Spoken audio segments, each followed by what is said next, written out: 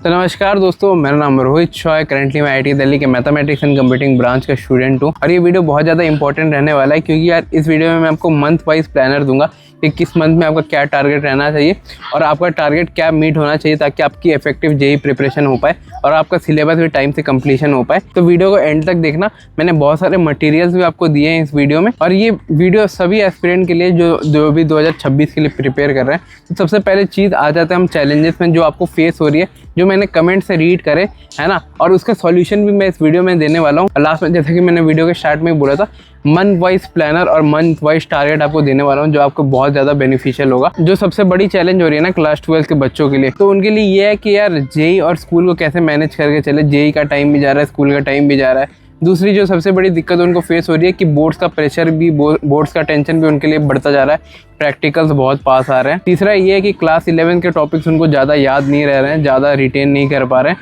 तो उनके लिए उस चीज़ में उनको पैनिक है थोड़ा बहुत। और हाँ, चौथा कि यार अब उनको लेक्चर थोड़े बहुत बोरिंग और स्लगिश से लग रहा है क्योंकि यार कंटिन्यूस वो 11th का भी पढ़ चुके, 11th भी उतनी सही नहीं गई, तो 12th में पढ़ के वो अब स्लगिश सा लग रहा है, बोरिंग सा लग रहा है, लेथार्जिक फील कर रहे हैं बच्चे। और लास्टली बैकलॉग्स क्रिएट हो गए हैं। बैकलॉग्स को क्लियर करने के लिए टाइम नहीं निकल रहा है, तो इस प्रॉब्लम को कैसे सॉल्व किया जाए। और ड्रॉपर बच्चों के साथ क्या दिक्कत है कि यार 7 महीने बच गए हैं, 2 साल का सिलेबस है, अब इन 7 महीनों में करना है, इन 6 महीनों में पूरा सिलेबस और 1 महीना रिवीजन को देना है। तो कैसे पॉसिबल है? 8 से 10 घंटा हमें लेक्चर्स के लिए बैठना है ना, और थक गए हैं, मतलब इतना सिलेबस वापस करना है, तो उनके लिए थोड़ा बहुत मोटिवेशन का फैक्टर भी डाउन हो रहा है। एक प्रॉपर रोड मैप, एक प्रॉपर गाइडेंस नहीं है क्योंकि आप सब मतलब किसी और चीज़ पे वीडियोस बना रहे हैं। तो मैं हूँ आपके लिए, आपका बड़ा भाई आपके लिए हमेशा है। तो मेरी इन बातों को पूरा सुनना। और कुछ दिक्कतें जो बहुत कॉमन है लेकिन बहुत इंपॉर्टेंट है कि यार सिलेबस कैसे कवर करें इतने कम टाइम में इफेक्टिव तरीके से ताकि हमें सब रिटेन हो, सब PYQs हमसे हो जाए। जनरली बच्चों के साथ ये हो रहा है कि भाई हर टेस्ट के बाद उनका कॉन्फिडेंस डाउन हो जा रहा है,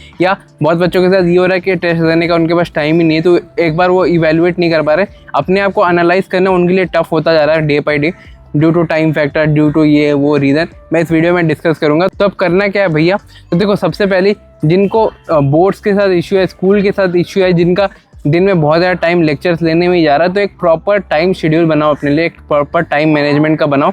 मैंने इस टाइम मैनेजमेंट चार्ट को ग्रुप पे भी शेयर करा था, बंसल क्लासेस का ये टाइम मैनेजमेंट का। इसमें अलॉट करो कि कितना टाइम आपको किस चीज़ में देना, और ये भी एनालाइज करो कि आपका टाइम कहाँ वेस्ट जा रहा है, क्योंकि यार टाइम इफेक्टिवली यूटिलाइज आप तभी कर पाओगे जब आपको पता रहेगा कि भाई आपका टाइम वेस्ट कहाँ हो रहा है। तो इन चीज़ों को रोको।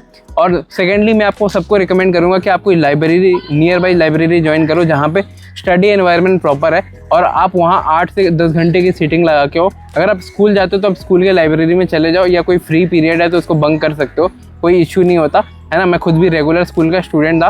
और एक प्रॉपर टाइम टेबल बनाओ। मैं आपके लिए एक स्ट्रक्चर टाइम टेबल बना रहा हूँ, एक स्ट्रक्चर दे रहा हूँ, बेसिक स्ट्रक्चर कि एक एस्पिरेंट का टाइम टेबल होना कैसा चाहिए। रेगुलर स्कूल के बच्चों के लिए टाइम टेबल ये रहना चाहिए, ड्रॉपर्स के लिए ये रहना चाहिए, और जिनकी मतलब प्रिपरेशन उतनी स्मूथ नहीं जा रही है, जिनकी 11th वगैरह पोर्शन वीक है, उनके लिए ये टाइम टेबल सही रहता है। और मेरी बातों को ध्यान से सुनना। ये जो मैंने टाइम टेबल दिया है ये मैंने खुद अच्छे से बनाया है, तो इसको ज़रूर से फॉलो करना है। और दूसरी अब चीज़ पे आ जाता है, दूसरी जो इंपॉर्टेंट दिक्कतों पे आ जाते हैं, भैया यार सिलेबस कैसे कवर करना है इतने लेस टाइम में।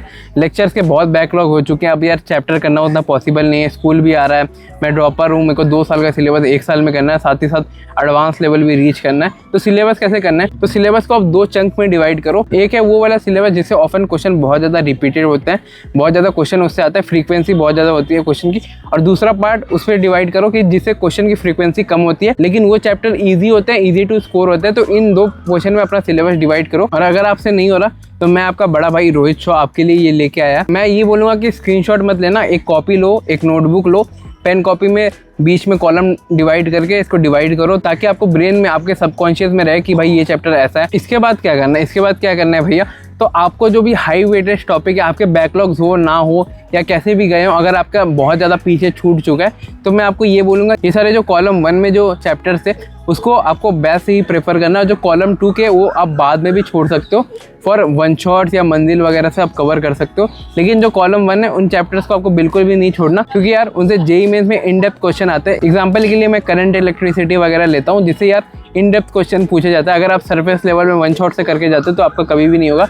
ऑन द अदर हैंड जो कि बाकी चैप्टर्स है उसको अगर आप वन शॉट से भी देख के जाओ ना तो कोई दिक्कत नहीं होगी। और इसके साथ ही मैं आपको ये बोलना चाहूँगा, क्लास 11 का जो IOC वाला पार्ट है ना उसका वन शॉट से कर सकते हो, केमिकल बॉन्डिंग और पीरियोडिक टेबल, तो आपको कोई भी दिक्कत नहीं होगी मतलब क्वेश्चन सॉल्विंग में। ये मेरा पर्सनल एक्सपीरियंस है। बाकी अब और भी इंपॉर्टेंट दिक्कतें में आ जाते हैं यार कि आप खुद को इवेल्युएट नहीं कर पा रहे हो। बहुत बच्चों के लिए मॉक टेस्ट देना पॉसिबल नहीं हो रहा, या मॉक टेस्ट में उनके नंबर नहीं बढ़ रहे तो वो और ज़्यादा पैनिक करते हैं और ज़्यादा वो डर में रहते हैं और उनका सिलेबस और भी छूट जाता है।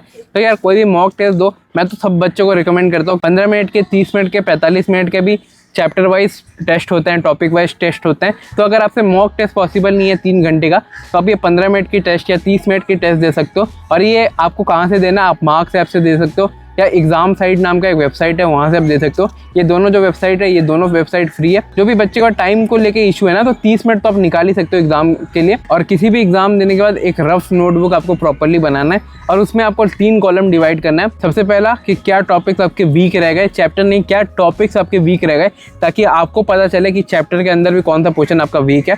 दूसरी चीज़, सिली मिस्टेक आपकी किस चीज़ में हो रही है, कैलकुलेशन में हो रही है, कंसेप्ट नहीं आता, कंसेप्ट अप्रोच नहीं आता, क्वेश्चन ही समझ में नहीं आता, क्वेश्चन अप्रोच करना नहीं सीख पा रहे हो, PYQs नहीं हो रहा, ये आपको एग्जैक्ट चीज़ लिखनी है वहाँ कि किस रीज़न से आपका क्वेश्चन नहीं हो रहा। और तीसरा, टाइम मैनेजमेंट के बारे में आपको लिखना है कि एक क्वेश्चन आपका कितना टाइम ले रहा है या एक क्वेश्चन में करने में आपको कितना टाइम लगा। ये 3 चीज़ आपके नोटबुक में रहनी चाहिए। और साथ ही में अगले जो पेज है उसमें आपको लिखना है कि क्या आपने ये चीज़ को ठीक करा। जैसे मैं आपको एग्जांपल देता हूँ, जैसे जो टॉपिक्स आपके वीक रह गए, आप यूट्यूब पे एजुनिटी, मैथमराइजिंग, ये कुछ रेस्पेक्टिव चैनल्स है फिजिक्स के लिए। अगर आप नीट के स्टूडेंट हो तो KV एजुकेशन, यहाँ से जाके अपने वो टॉपिक्स या कंसेप्ट को स्ट्रॉन्ग करना।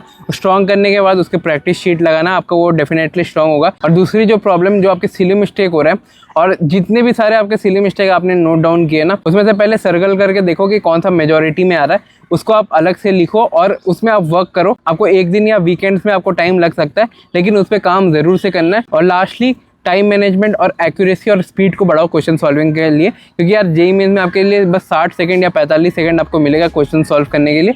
तो आपकी जो पैराग्राफ रीडिंग होती है ना क्वेश्चन की, वो भी स्पीड में होना चाहिए, ब्रेक डाउन करना, कंसेप्ट स्ट्रॉन्ग करना। और एक जो लास्ट प्रॉब्लम है जो बहुत बच्चों के साथ होती है, ड्रॉपर्स के साथ स्पेशली, कि सिलेबस के लिए बहुत ज़्यादा टाइम डिनोट करना है, 10 घंटे 12 घंटे, और लथार्जिक स्लगिश सा फील हो रहा है। तो इसका मैं ये सॉल्यूशन देना चाहूँगा कि आप कोई डिस्कॉर्ड सर्वर ज्वाइन कर लो या कोई स्टडी विथ मी यूट्यूब पे सेशन ज्वाइन कर लो। अगर आप बोलोगे मैं खुद भी आपके साथ UPSC की प्रिपरेशन कर सकता हूँ, है ना, डिस्कॉर्ड सर्वर में आप ज्वाइन करके एक ग्रुप चैट में आप साथ में पढ़ाई कर सकते हो, ताकि आपको पता चले कॉम्पिटिशन किस लेवल पे। ये आपको इनिशियल 1 हफ्ते में करना पड़ेगा, उसके बाद आपकी हैबिट बन जाएगी लॉन्ग स्टडी के। और लास्टली, मंथ वाइज प्लानर क्या रहना चाहिए आपके लिए। क्लास 12 के बच्चों के लिए ये मंथ वाइज प्लानर, और ड्रॉपर बच्चों के लिए ये मंथ वाइज प्लानर आप स्क्रीन पे देख सकते हो। इस मंथ वाइज प्लानर को आपको स्क्रीनशॉट लेके प्रिंट आउट करके आपके दीवार के सामने चिपकाना है। और साथ ही में बच्चों को बैकलॉग्स की दिक्कत आती है, और मैंने स्पेशली आप लोगों के लिए बैकलॉग की वीडियो बनाई है कि अगर आप ऑनलाइन पढ़ाई करते हो और ऑनलाइन लेक्चर्स का बैकलॉग आ गया, 70 लेक्चर का, 100 लेक्चर का, 200 लेक्चर का बैकलॉग आ गया,